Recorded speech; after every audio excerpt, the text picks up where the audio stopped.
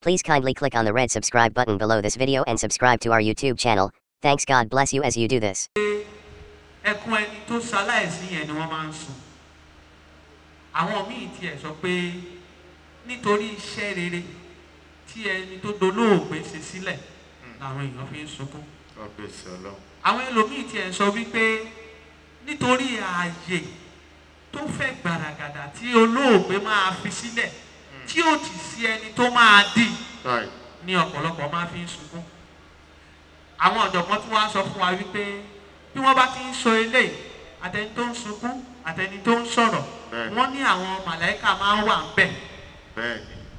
Bí ọ̀rọ̀ rere bá ṣe pọ̀ tó bẹ́ẹ̀ ni ó ṣe gbalada sí. bẹ́ẹ̀ ni làwọn màláíkà máa bá kọ́lẹ̀ nù sàárè. ìyẹn ni pé tó bá dijọ́ ògbéǹde àlùkìyámọ̀ bí ọ̀rọ̀ rere tó máa ń sọ lẹ́yìn wa tó bá ti pọ̀ tó bẹ́ẹ̀ ni àti wọlé àlùjánnà yóò ṣe rọrùn sí. Allahu Akbar.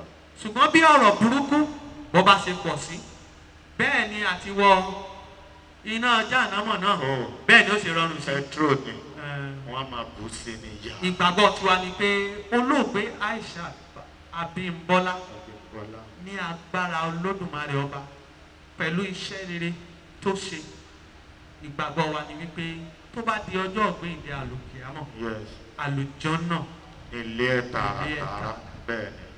Ọdún ọ̀wá jìnnà sí ara wọn. Rẹpẹtẹ. Bí ọdún bá jìnnà tán lágbára Ọlọ́run tó bá di ọjọ́ ògbéǹde àlùkìyámọ̀ náà gbogbo wa lápàdé lálùjánnà. Lápàdé tábà lè dára wa mọ̀ sá. Wọ́n ní bí a ti ń ṣe láyé bẹ́ẹ̀ náà ló wà lọ́run. Bóyá ńjọ́ náà lọ́run gan èmi àti ẹ látúnṣe MC báyìí. A tún máa há pọ̀ báwọn tó ti lọ. Olúwa Elédùmarè á ṣàánú fún wa. Àmín. Ẹ jọ̀ọ́ nítorí Ọlọ́run Abímbọ́lá ti ṣe aláìsí. Bẹ́ẹ̀ni. Inú wa bàjẹ́. Bẹ́ẹ̀ni. Ṣùgbọ́n Olúwa sọ wípé ní ipòkípò tí a bá bára wa ọpẹ́ ni ká máa dá. Bẹ́ẹ̀ni. Nítorí náà ẹ má jẹ́ ká ba inú jẹ́ púpọ̀. Jù ká má ba. Ẹ jẹ́ ká máa fi ọpẹ́ fún Olúwa ni. Bẹ́ẹ̀ni ká máa ṣe. Ìdí ẹ̀ nìyí táwa fi wà ń bí. Bẹ́ẹ̀ni. Wípé ká rọra mú ìbànújẹ́ yẹn wá sílẹ̀ díẹ̀. Díẹ̀. Ká wá mú ọkàn àdúrà àti ìdúpẹ́ lọ́wọ́ Olódùmarè ọba ká gbé e sókè. Kíyẹn le dáadáa. Ẹ bá mi gbé Ọlọ́run tóbi. Allahu Akbar. Ẹ tún gbọ́ Ọlọ́run tóbi lẹ́ẹ̀kan sí. Allahu Akbar. Bó ti wu Ọlọ́run ní sọlá. Bẹ́ẹ̀ni. Ọba Èdùmàrè kì í ṣaláì ní ronú. Bẹ́ẹ̀ni. Gbogbo ohun tí bàbá dá ó ronú dáadáa kó tó dá wọn. Bẹ́ẹ̀ni. Ó dá ìgbà tí a máa bí ni. Bẹ́ẹ̀ni. Ó sì dá ìgbà tí a máa kú. Bẹ́ẹ̀ni. Èní ni pé ó dá ìgbà tí Àìṣà tí wọ́n máa bí. Bẹ́ẹ̀ni Ó sì dá ìgbà tó máa kú. Ó ti wọ Ọlọ́run ló ṣe yẹn. Ẹ jẹ́ ká dúpẹ́ lọ́wọ́ Ọlọ́run. Àti wípé Àìṣà ìṣe ẹni ẹkún rárá. Bẹ́ẹ̀ni. Tí a bá wo gbogbo àwọn oríṣiríṣi nǹkan tó ti ṣe tó ti gbé ilé ayé ṣe. Ẹlòmíì gbé 106 ọdún láyé. Àní kankan. Wọ́n ní ká kú lọ́mọdé kó yẹ ni. Ó sàn ju ká dàgbà láì ládìrẹ ìrànà. Àìṣà ó ní àdìrẹ ìrànà. Ó fa àwọn mọ́lẹ̀. Ó fẹ́ ṣíṣí. Bẹ́ẹ̀. Kọ́lọ́run Elédùmarè kó jẹ́ kó lọ nírọ̀rùn. Àmín. Ó sì bá wa tẹ̀ sí afẹ́fẹ́ rere. Allahumma. Àwa fi àsìkò yìí kí gbogbo yín. A kí gbogbo ẹ̀yin fámìlì Ẹ káàbọ̀. olóògbé pátápátá. Gbogbo àwọn ọmọ ọkọ ìyá bàbá ẹbí tó fi sílẹ̀. Ìgbàgbọ́ wa ni pé Olúwa Elédùmarè màálù tí ò nírù. Ọlọ́run ló ń lè ṣe. Olúwa wọn lè sìn. Bẹ́ẹ̀ni. Ipò àti àyè tí Àìṣà fi sílẹ̀ yẹn. Olúwa dí i. Bẹ́ẹ̀ni. Ní agbára Olódùmarè gbogbo sì máa lọ déédéé. Kí ọ̀rọ̀ má pọ̀ jù. Kó má pọ̀ jù. Lẹ́ẹ̀kan sí àfíìsì ni àwa méjèèjì ń jẹ́. Bẹ́ẹ̀ni. Ọmọ Ìṣẹ́yìn ni wá. Ni wá. Òṣèré orí ìtàgé àti sinimá sì ni wá náà. Tún ni wá pẹ̀lú. Àdúpẹ́ lọ́wọ́ yín pé ẹ wá. Àdúpẹ́. Olúwa Elédùmarè kò ní fi eléyìí ṣe tẹ̀lé o. Àmín. Bí a bá kúrò níbí ilé là á máa lọ. Bẹ́ẹ̀ni. Bí a bá ń lọ sílé á lè re mú. Délé láyọ̀. Tí a bá rí ire mú kò ní bọ́. Mọ́ wa lọ́wọ́. Tó bá tiẹ̀ fẹ́ bọ́ inú ilé wa náà ni ó tún bọ́ sí. Ló máa bọ́ sí. Lágbára Olódùmarè ọba. Àmín. Ẹ jẹ́ ká wá bẹ̀rẹ̀ ètò náà ní pẹ̀rẹ̀ ẹ jẹ́ á lọ sínú agbami ètò. A fi àdúrà bẹ̀rẹ̀ torí láìsọ Ọlọ́run kò sí nǹkan kan. Kò sí nǹkan kan bá mi. Ohun tó tún ju Ọlọ́run lọ Ọlọ́run ò tí ì dá. Ọlọ́run ò tí ì dá. Ní òní ẹnìkan ní wọ́n gbọ́wọ́ lé mọ́tò. Ṣé ọwọ́ tí wọ́n gbélé yẹn ó ju ọwọ́ Ọlọ́run lọ? Ẹ̀yin àfà ẹ bá ń gbọ́wọ́ yẹn kó bẹ́ẹ̀ ẹ gbọ́wọ́ Ọlọ́run sí. Lágbára Ọlọ́run Olúwa gbé ọwọ́ lé gbogbo wa. Àmín Ọlọ́run. Kí Olúwa bá lè gbé ọwọ́ lé wa olúwa bá lè bá wa wà nínú ètò yìí olúwa tiẹ̀ ti wà ń bẹ̀ tẹ́lẹ̀ tẹ́lẹ̀ ṣùgbọ́n àtúgbọ́dọ̀ má pe olúwa ni nítorí náà ẹ jẹ́ ká pe àfáà wa ẹ dákun ẹ bá ń ka kínní. ta ló kọ handwriting yẹn rí bákan àfáà s nìkan la rí àfáà s èmi rí s ń bẹ èyí tó kù jọ arabic language. àwọn ni wọ́n wọ aṣọ brown yẹn ọyẹ ẹ dìde wọn àti wá béèrè orúkọ yín lẹ́ẹ̀kan ẹ máa bọ̀ wá àwa àmọ́ orúkọ yín tẹ́ ẹ bá ti dé. àfáà sadaka sẹlú alálẹ́bí ilé kẹrí tẹ̀gbín. a kí gbogbo àwọn àlèwúlò àmọ́ òtán wa ń jòkó pátápátá ẹjọ́ nítorí ọlọ́run ọba àlè fojú pa yín rẹ ẹ má bínú sí wa. àníkàtì ẹ̀ kọ́kọ́ gba àdúrà náà ni.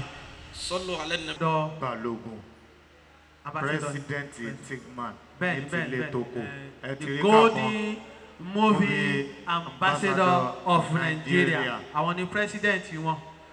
ẹni ibẹ̀ kọ́kọ́ jọ nọ́ọ̀tì lójú mi wá gbà kò lè jẹ́ nọ́ọ̀tì Nàìjíríà náà ló gbọ́dọ̀ jẹ́. kọ́lọ́hún Elédùmarè kó ṣe àánú fún wa gbogbo àwọn èèyàn pàtàkì tí ń wọlé wọ́n ní ọ̀dà káti ẹ̀dá kó èèyàn bíi méjì ń bẹ̀.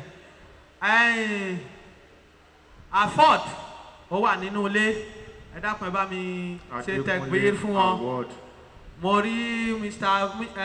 Yínká Àkànbí ògbóǹtarìgì àwọn producer ní àwọn náà àti director mo rí Sister Bukky nínú ilé Alihaja Bukky Fagboyi àwọn náà wà nínú ilé a kí wọn bẹ́ẹ̀ ni a rí àwọn ọ̀gá wa lọ́lọ́kan òjọ̀kan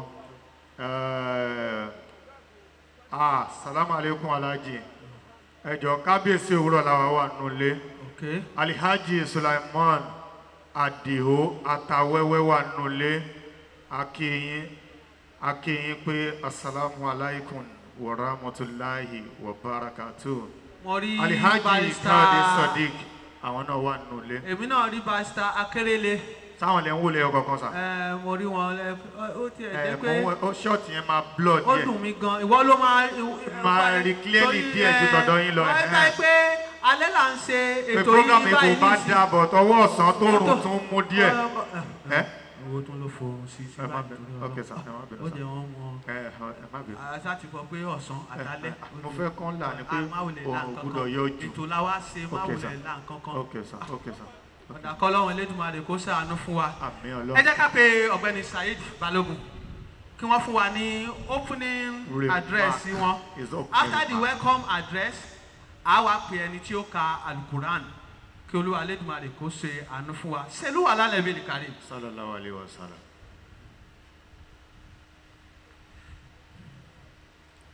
Bismillahirrahmanirrahim.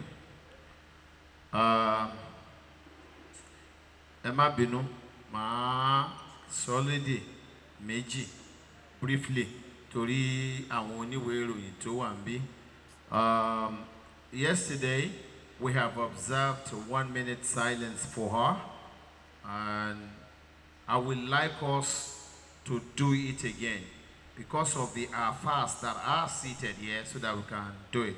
Ẹ dákun ẹ jẹ́ ká dìde ìṣẹ́jú kan fún ẹni rè tó